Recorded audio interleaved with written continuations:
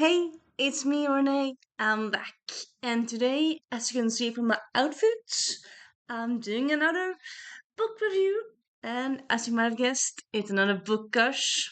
So, this book I heard about from lovely Bethany over at Beautifully Bookish Bethany back in March, I want to say, April, a few weeks ago.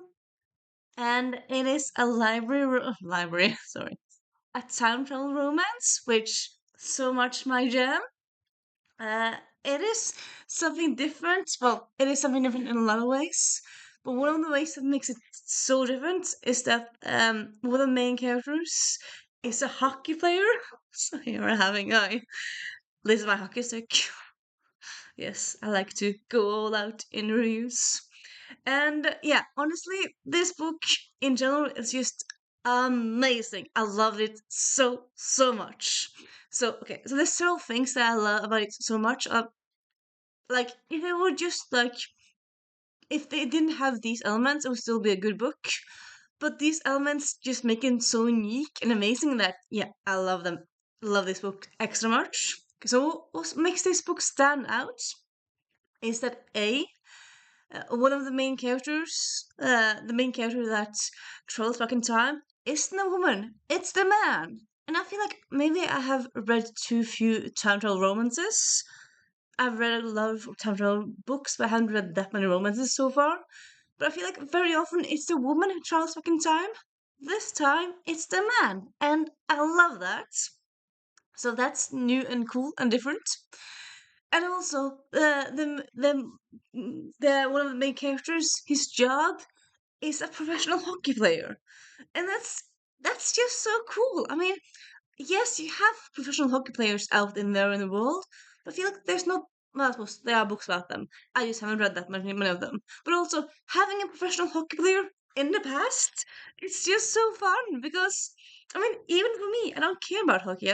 Don't care about sports, but still, it was so fun him trying to explain his job because Lisa was just like, "What? What are you? What? What? That's your job?" She was just so confused because in the time when he is exported, it's when he's accidentally gone back to it's 1812, and in those days they didn't have hockey. Or I suppose I mean, I am reading a book right now where it says like in the 1800s you kind of invented sports. But like hockey, I don't think hockey's ever really been that big in the UK. And anyway, they didn't really have it then in that time.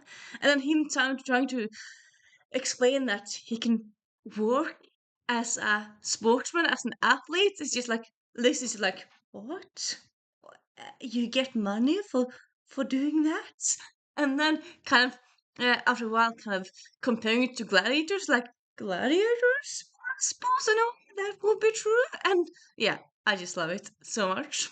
So that's very fun. I also love that Tuck, which is the main character, main love character, main male character. Tuck, he's not really interested in history at all.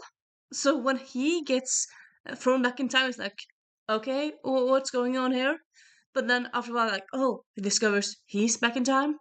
But he can't like if they want to talk about what happened recently recently for them time in the past, he's like, I don't know, the American War. I don't know. Like he has no interest, he has no knowledge, and it's just kind of yeah, it's quite fun really to have him see so out of his elements. Really, it's very fun. But I suppose yeah, we don't know Chuck a lot before he travels back in time, but we have like a chapter before, so we have some backstory and some start of the book. So I do love that. I do also love how Lizzie is like very independent. She's like in the beginning of the book, she's like she kind of wishes she could be a widow because widows have all the power because they have status, but they don't have a husband to boss them around. And also how she wants to write as well, and she knows one of the characters in this book is Jane Austen. I love it so much, so much. Also, like So what happens is that Chuck, he ends up in a, he travels, he's in his own time. This is the beginning. He's in his own time. He's on the road driving someplace, and he has to drive off the road because someone's in the in the road, in the middle of the road, or like he has to escape someone. He has to, yeah. He can't drive to them. Drive. He can't drive at them, so he has to drive off the road. He ends up in a lake, and of course he has to get out of the car. He gets out of the car. Uh, he um, he ends up fainting. He wakes up. It's 1812, and the car is nowhere to see. It's like, what? Okay, suddenly I'm in past. He meets Lizzie, who's just walked around like on a normal everyday walk, and like, who's this guy? And this weird clothes. And this weird accent. Because, yeah, he's an American, so different accent, but also different clothes. And it's, yeah. Also, he has a phone in his pocket, so I just kind of love how in sometimes you have like phones in the past and the phone still kind of works a bit. It's like cool to have that there. And then he first is like, you must be joking. You must be play acting. And he's like, no, you're playing acting. This is real life. Turns out, yes, real life. He's a time traveler. Yeah. I mean, didn't mean to, but that's how it happened. And Lizzie says like, okay, I can take you back to my home. We can figure something out. And they go back to her house, or the house where she's staying at her cousin's, and she tells her cousin the truth about Tuck. She also tells the truth about Tuck to her friend Jane Austen, who's like, all of these people have the truth now? Cool. I mean, I feel like most time travel stories, you either tell no one the truth, or you tell some people the truth. But here, like, the first three people they meet, they tell the truth. And that's, yeah, I like it. It's a different way of doing it. I like it. I like it. And then it just kind of goes on from there. And I just, honestly, I love this book so much. It's so fun. It's an amazing romance, an amazing characters, amazing stories, side characters, everything. I know there's coming a second book in this series this year because this book came out last year. Yeah, I do think that the next book is not a time travel book, and I'm like, ow, time travel books with hockey players. I'm just like, a time travel book by Leah Riley. I have watched Leah Riley and she says she loves time travel books, so hopefully we'll get more from her. That'll be cool. Uh, and I'm holding up my hockey stick for some reason. Also, slight spoiler. But I want to mention this, so slight spoiler. I'm just going to hold my hand up until I stop talking about it. But I honestly quite love spoiler from now.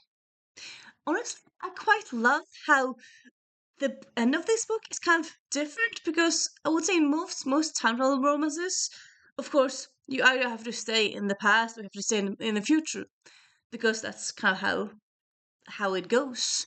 In this story, they decided that the portal where he traveled to in time, you could use it back and forth. So Lizzie ends up living both in the past and in the future. And honestly, that's quite a fun way to do it. I was kind of thinking, like, why would you want to live in the past when the past doesn't have, restrooms and showers and vaccines and stuff? But then again, I mean, she has her friends in the past, so I can understand it. But yeah, it was kind of fun that I went that way and did that and knew it. And yeah, quite enjoyed that. And yeah, this book is just amazing. So good. It's amazing.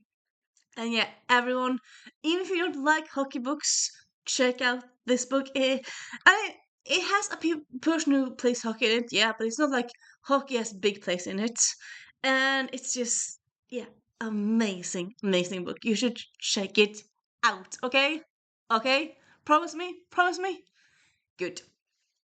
I'll link I'll link the real Leah Riley interview in the blue.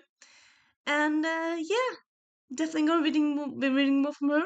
And yeah, see you soon.